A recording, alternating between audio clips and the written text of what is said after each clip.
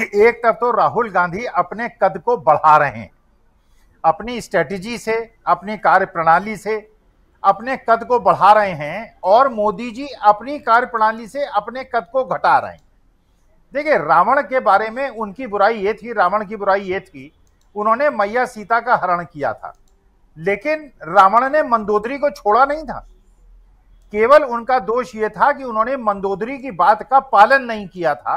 मंदोदरी बार बार उनको ये कहती रही कि मैया सीता को जाने दो, भगवान के पास जो स्त्री है, पुरुष जो है, जो एक प्रकार का संबंध है, उसको जीवित रहने देना चाहिए, और ये तुमने गलत काम किया, मैया को जाके भगवान राम के पास छोड़ाओ।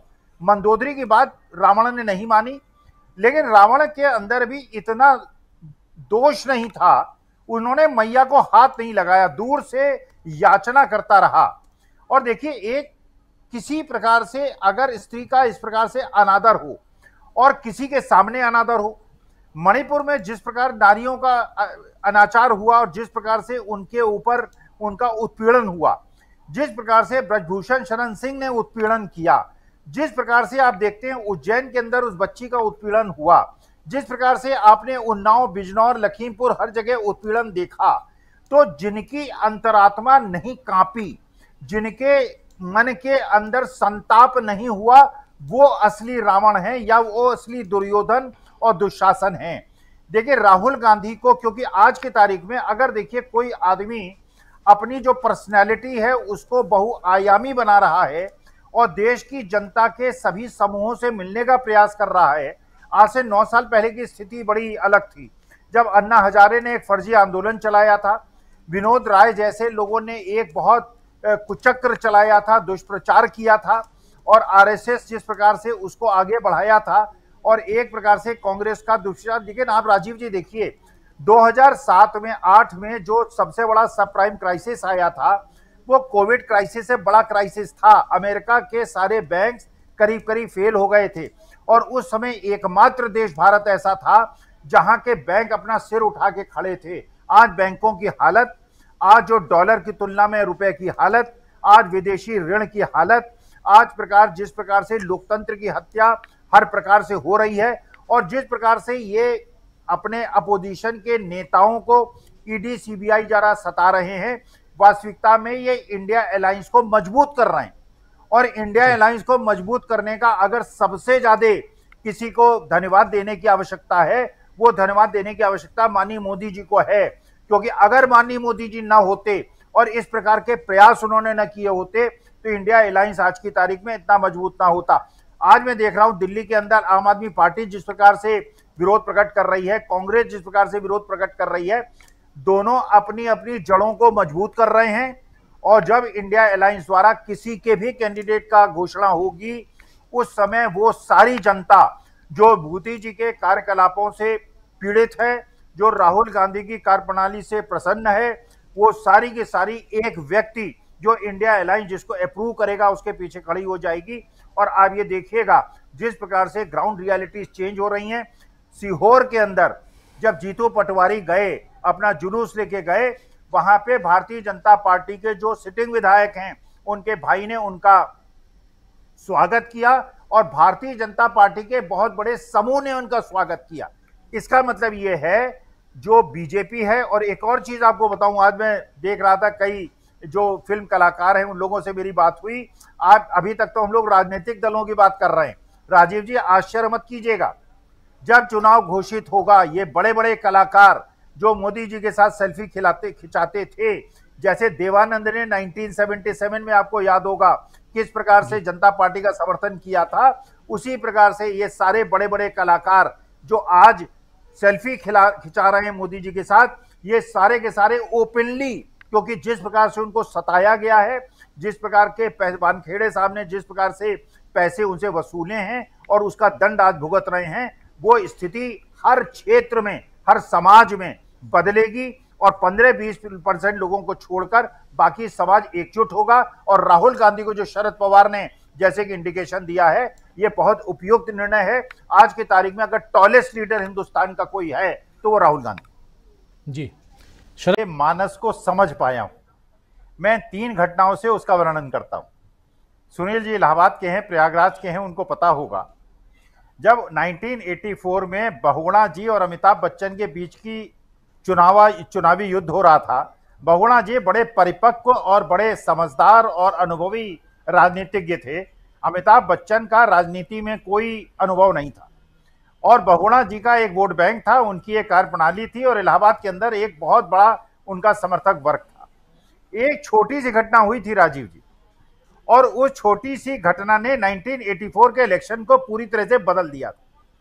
हुआ यह कि एक पुल के ऊपर एक तरफ से अमिताभ बच्चन अपने समर्थकों के साथ आ रहे थे और दूसरी तरफ से बहुगुणा जी अपने समर्थकों के साथ अपोजिट डायरेक्शन में आ रहे थे। दोनों आमने सामने आ गए और बहुगुणा जी के समर्थकों ने भी नारे लगाने शुरू कर दिए, अमिताभ बच्चन के समर्थकों ने भी नारे लगाने। अब ये समझिए भारतीय जनमानस। अमिताभ बच्चन अपनी कार से उतरे, उन्होंने बहुगुणा जी को जाके प्रणाम किया और कहा कि आप मेरे से श्रेष्ठ हैं, आप बड़े हैं। अपने ड्राइवर से कहा गाड़ी एक किनारे करो, बहुगुणा जी गाड़ी निकल गई, चुनाव बदल गया। बहुगुणा जी बहुत बड़े अंतर से उस क्षेत्र से हारे जहां उन्होंने अपना पूरा जीवन प्रयागराज को दिया, केवल एक घटना से। भारत जनमानस इस चीज को पसंद करता है। दूसरी चीज आप देखिए, इलाहाबाद के अंदर, प्रयागराज के अंदर जब भी पंडित जवाहरलाल नेहरू आनंद भवन जाते थे, एक नाम थे, सुनील जी जानते होंगे, शालिग्राम जायसवाल। शालिग्राम जायसवाल संसोपा के नेता थे, लोहिया जी के खास आदमी थे। हमेशा जब भी नेहरू जी जाते थे आनंद भवन, काला झंडा लेकर दरवाजे पे खड़े रहते थे अपने 50-100 लोगों को लेकर। और नेहरू जी की आप सदाशयता देखिए, उनकी सज्जनता देखिए, जनता जिसकी कायल थी। नेहरू जी ने हमेशा अपनी गाड़ी दरवाजे पे रुकवाई, गाड़ी से उतरे, शालिग्राम जायसवाल को प्रणाम किया। चाचा आप कैसे हैं, ठीक है ना, आप स्वस्थ है ना, कोई परेशानी तो नहीं है, हो तो मुझे बताइएगा। लोहिया जी की जब मृत्यु हो रही थी, लोगों ने उनसे कहा कि आपने शादी नहीं की, आपका ध्यान कौन रखेगा बुढ़ापे में जब आपका मृत्यु शैया में पड़े होंगे। जानते हैं लोहिया जी ने क्या कहा था? वो डॉक्टर राम मनोहर लोहिया, जिनको अपना राजनीतिक गुरु मानता हूं, जिनको अपना आदर्श मानता हूं, उन्होंने कहा था कि पंडित जवाहरलाल नेहरू जिसका जीवन भर में विरोध करता रहा, वो आदमी इतना सज्जन है, बुढ़ापे में अगर कोई मुझे नहीं पूछेगा तो पंडित पूछेगा। ये है सदाशयता हिंदुस्तान की। और एक और चीज तीसरी आप राजीव जी नोट कीजिए, हर फोटो में देखिए, जो आपने फोटो दिखाई थी उस फोटो में भी देखिए, जब शरद पवार गए हैं खड़गे साहब से और राहुल गांधी से मिलने, राहुल गांधी खड़गे साहब का हाथ पकड़े हुए हैं। जिस प्रकार से शरद पवार एक वयोवृद्ध नेता हैं, एक व्यक्ति हमेशा उनका हाथ पकड़े रहता है, खड़गे साहब का हाथ राहुल गांधी पकड़े हुए हैं। मतलब क्या? अगर आज राजीव गांधी जीवित होते तो खड़गे साहब के आसपास की उम्र के होते।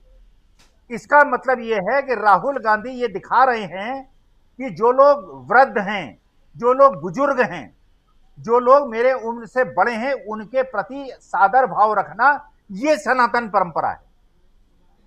तो ये तीन घटनाएं ये बताती हैं। देखिए, भारतीय समाज, क्योंकि मेरे बाल सफेद हैं, मैं वृद्ध हूं, मेरे खिलाफ जो अपमानजनक टिप्पणी लोग करते हैं, और जो भक्ति लोग ज्यादातर होते हैं जो अपमानजनक टिप्पणी करते हैं, 1500 वोट बीजेपी के खराब कर देते हैं। क्योंकि जो हमारे देश का सनातन धर्म है वो वृद्धों का, बुजुर्गों का अपमान सहन नहीं करता। और राहुल गांधी ये दिखा रहे हैं कि खड़गे साहब का सम्मान किस प्रकार से होना चाहिए, जो पंडित जवाहरलाल नेहरू शालिग्राम जायसवाल को दिखाया करते थे और जो अमिताभ बच्चन ने बहुगुणा जी को दिखाया था, जिसकी वजह से एक बहुत बड़े रिकॉर्ड मतों से बहुगुणा जी को प्रयागराज में अमिताभ बच्चन ने हराया था। तो ये जो राहुल गांधी आज कर रहे हैं, बुजुर्गों को सम्मान। और आप देखिए, जब वो आए थे, जो क्या रामेश्वर जी खाना खाने, जानते हैं रामेश्वर जी की टिप्पणी आपने सुनी होगी। रामेश्वर जी ने कहा अपनी पत्नी से, देखो अपने हाथ से खाना परोस रहा है, देखो अपने हाथ से खाना परोस रहा है। जो एक निर्धन आदमी होता है, जो गरीब आदमी होता है, जो सताया हुआ आदमी होता है, वो एक बड़े आदमी की सदाशयता को महसूस करता है। ऐसी सदाशयता आपने प्रधान सेवक से कभी देखी क्या? कभी किसी बुजुर्ग के प्रति सम्मान, कभी किसी सड़क किनारे चलते हुए किसी की, जिसकी पीठ झुकी हुई है, जिसके चेहरे पे झुर्रियां पड़ी हुई हैं, जिसके चेहरे पे पसीना टपक रहा है, उसको गले लगाते देखा क्या आपने प्रधान सेवक को? जनता इसलिए राहुल गांधी की गुगली में उलझ गई है बीजेपी, क्योंकि राहुल गांधी ने भारतीय जनमानस की जो भावनाएं हैं उनको समझ लिया है, जो पंडित जवाहरलाल नेहरू ने भी निभाई थी, इंदिरा जी ने भी निभाई थी, राजीव गांधी ने भी निभाई थी, उसी प्रकार से उसी परंपरा को आगे चला रहे हैं। और जिस परंपरा को बीजेपी में अटल जी ने चलाया था, मोदी जी उसको भूल गए हैं, इसलिए राहुल की गुगली में उलझ गई है बीजेपी। जी, राहुल गांधी की गुगली में कैसे उलझी है बीजेपी, ये बता रहे थे अभी प्रोफेसर अखिल स्वामी जी। जरा मीनू जी